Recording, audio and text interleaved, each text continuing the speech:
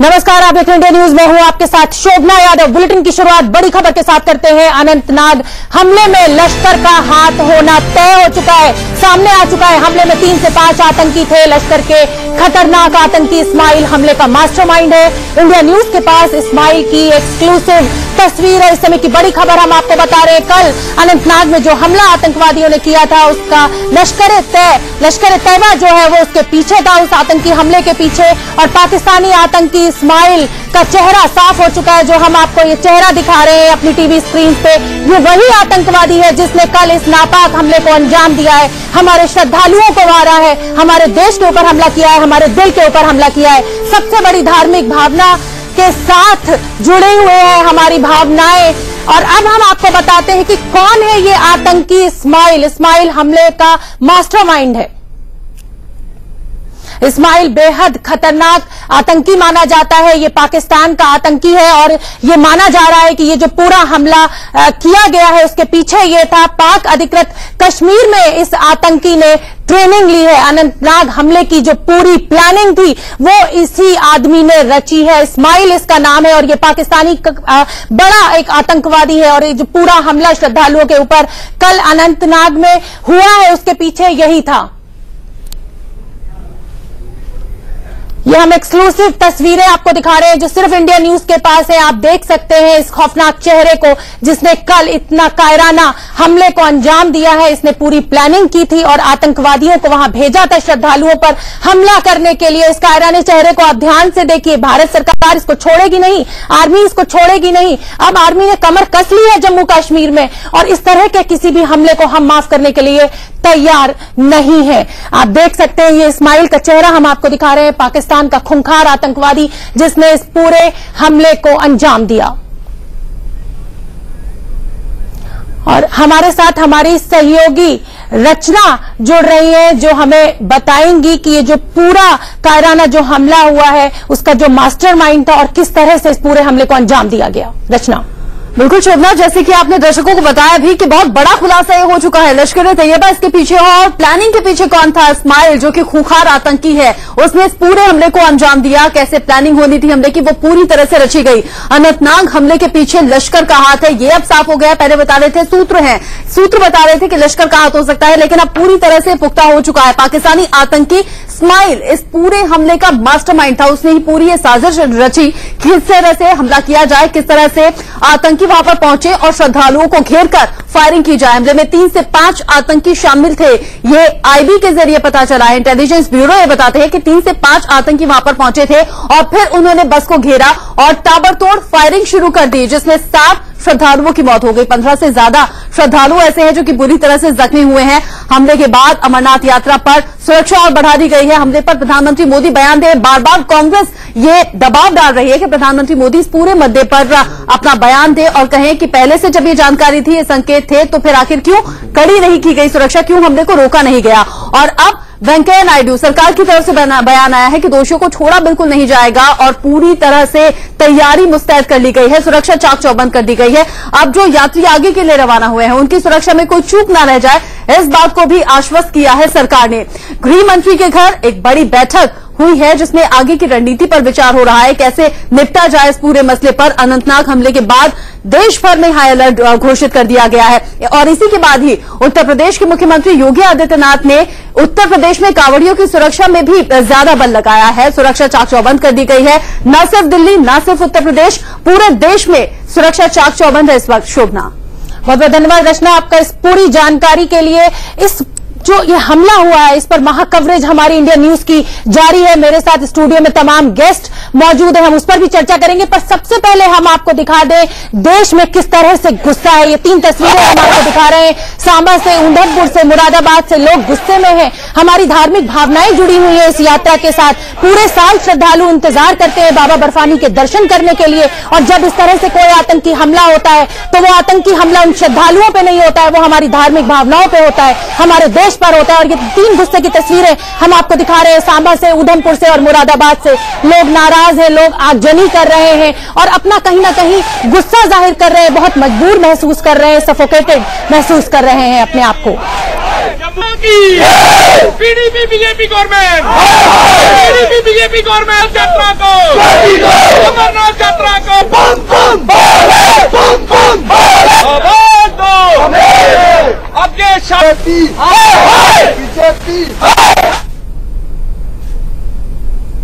और इस हमले में जो 2 श्रद्धालु जिनकी जान गई है उनका ताल्लुक मुंबई से है। हमारे संवाददाता वहां पहुंचे हैं, आइए उनकी रिपोर्ट देखते हैं। उषा सोनकर के घर में हम इस वक्त मौजूद हैं डाहविन कॉलोनी इलाके में, अंबिका बिल्डिंग के दूसरे माले पे, और मातम जो है वो पसरा हुआ है यहाँ पे। जो परिवार के लोग हैं उनके आंसू जो है वो थमने का नाम नहीं ले रहे हैं, और आखिर थमने भी क्यों। उषा सोनकर जो है वो अमरनाथ गई थी बाबा बर्फानी के दर्शन करने, और पहले सावन के दिन ही आतंकवादियों ने ये वाहियाना हरकत की है, ये कायरतापूर्ण हरकत की है। परिवार में इस वक्त घर में उषा जी के उनकी एक बेटी और एक बेटा और उनके पति मौजूद हैं। उषा सोनकर जो थी 7 भाइयों में अकेली बहन थी। उनके भाई इस वक्त हमारे साथ हैं, उनसे हम बात करने की कोशिश करते हैं। बात हो पाई थी आपकी उनसे कल? नहीं सर, 7 बजे उनका फोन आया था, 7 बजे वो बोले हम अमरनाथ यात्रा करके हम निकल चुके हैं और हम आगे जा रहे हैं, बस इतनी ही बात हुई। उसके बाद न्यूज आया 8:40 पे कि उस बस पे आतंकवादी हमला हो गया है।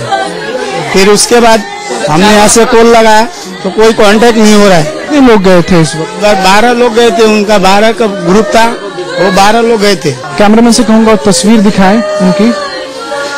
वो उषा सोनकर जी थी जो जिनकी आतंकवादी हमले में मौत हुई है। जो कुछ हमला हो रहा है सब बंद हो जावे। बार बार हमला कश्मीर में क्यों होता है और ये कश्मीर में ही क्यों होता है, इसको जरा निवारण करे, संशोधन करे। जो बेटी है उषा सोनकर की, जिनके आंसू जो है वो थम नहीं रहे, पड़ोस के लोग जो रिश्तेदार हैं उन्हें दिलासा देने की कोशिश कर रहे हैं, लेकिन ये जो कायराना हरकत है उसमें उषा की जान चली गई है।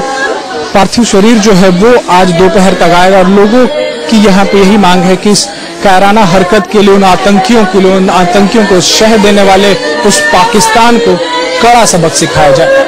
कैमरामैन गणेश ढूंढाले के साथ राजेश कुमार, इंडिया न्यूज, डाहविन। पाकिस्तान मुर्दाबाद, ये आतंकवादी मुर्दाबाद, आतंकवादी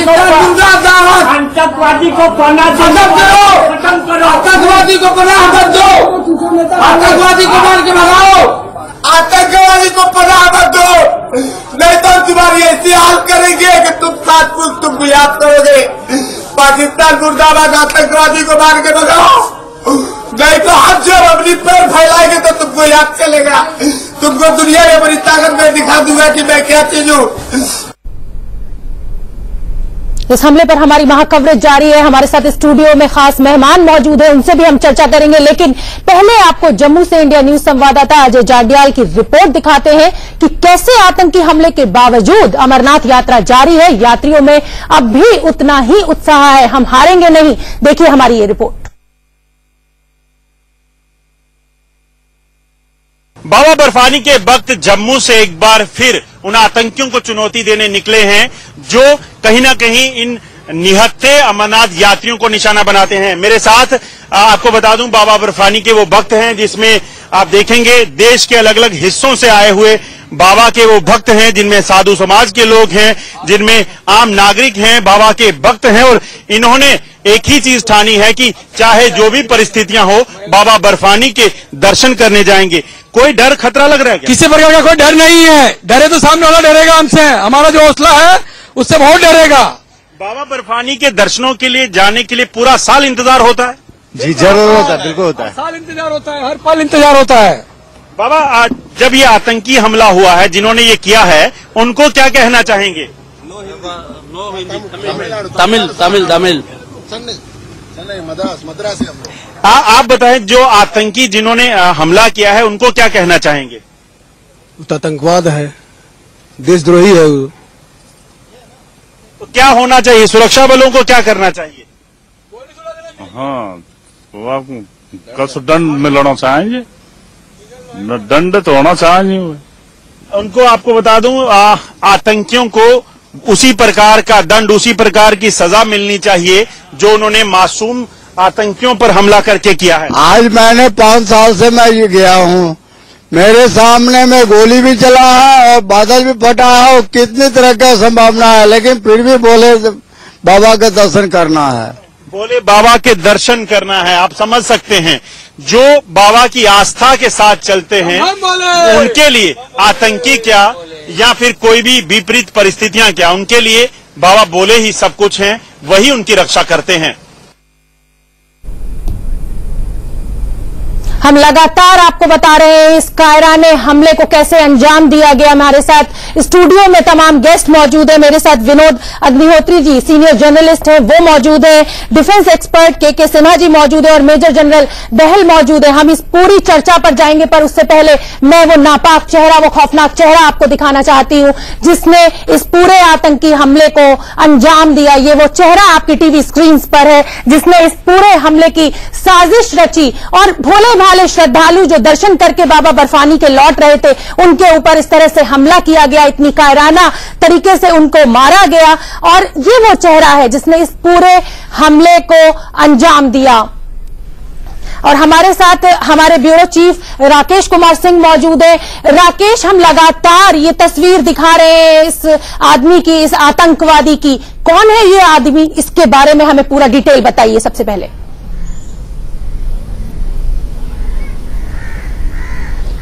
देखिए, अबू इस्माइल ISI के इशारे पर काम करता है, लश्कर का ये कमांडर है। पाक अधिकृत कश्मीर में इसे जो है ट्रेनिंग दिया गया है और पिछले 10-15 दिनों में इस लगातार जो है पाकिस्तान में बैठे हुए जो आका हैं इसके, वो लगातार संपर्क में था। IB ने इसके बातचीत को इंटरसेप्ट किया था और उसके बाद इंडिया न्यूज ने जिस तरह से आपको सबसे पहले बताया कि आखिरकार अमरनाथ यात्रियों पर जो हमला करने वाला आखिरकार कौन वो आतंकी था और कौन वो कमांडर था, तो ये था इस्माइल, अबू इस्माइल इसे कहा जाता है। ये खतरनाक आतंकी है, ये अच्छा रिक्रूटर है, अच्छा बात करता है और इसे सबसे खास बात यह है कि इसके अंडर में 10 कमांडर, लश्कर के 10 कमांडर इसके अंडर काम करते हैं।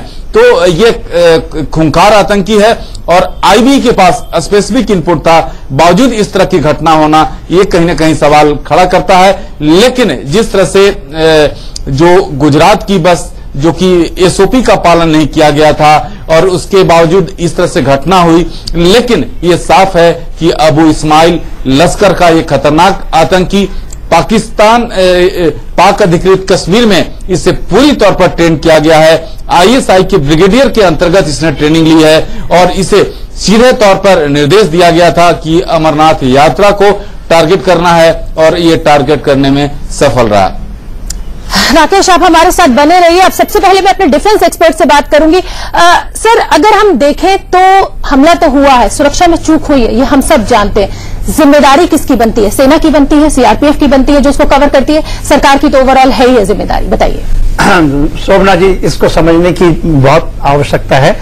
जब खास करके जब यात्रा का समय आता है तो एक ज्वाइंट कमांड है, आपको पता होगा। ज्वाइंट कमांड के अंदर में 15 कोर कमांडर हैं, जनरली वो उसको शेयर करते हैं, मगर ओवरऑल जो जिम्मेवारी है उसके अंदर में बहुत सारे तंत्र वहां लगे हुए हैं। वहां जब तंत्र लगे हैं तो आज के दिन में ऐसा दिखाई देता है, जो जब ये मेजर सिक्योरिटी लैप्स जब होती है तो ये दिखाई देता है कि कहीं पर तालमेल की कमी है।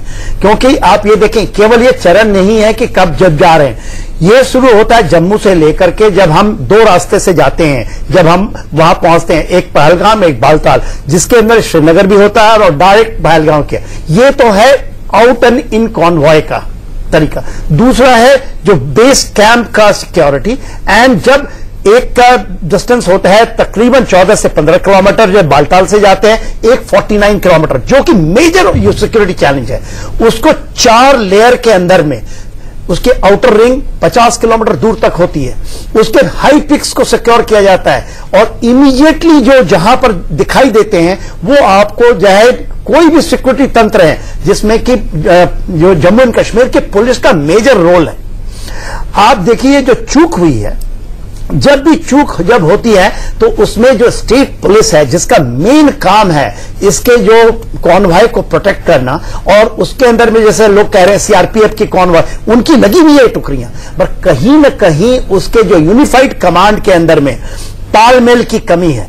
नहीं तो एक गाड़ी वहां फतिंगा नहीं हिल सकता है, सोमनाथ जी मैं आपको बताऊं, जो चेक पोस्ट का एक तरीका है, चेक पोस्ट से कैसे एक साथ गाड़ियों को छोड़ा जाता है, कैसे रजिस्ट्रेशन होती है, ये एक एसओपी है, स्टैंडर्ड ले डाउन प्रोसीजर है, उसके अंदर होता है। तो एक बड़ी गाड़ी जिसके अंदर में 49 50 और 60 कितने भी यात्री ट्रेवल कर रहे हैं, हो ही नहीं सकती है। ये टोटल सिक्योरिटी लैप्स है। जो भी जमीन पे, आपको पता है ये बालटाल से डाउन मूवमेंट में आ रही है, और कब जा रही है, 8:20 में यह घटना हुई है।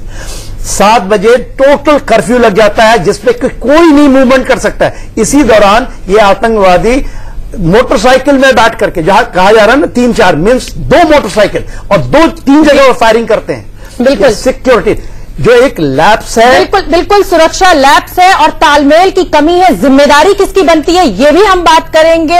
ये तय करना जरूरी है कि आखिर ये इतना बड़ा जो सुरक्षा चूक हुई है, जिम्मेदारी किसकी है। फिलहाल रुके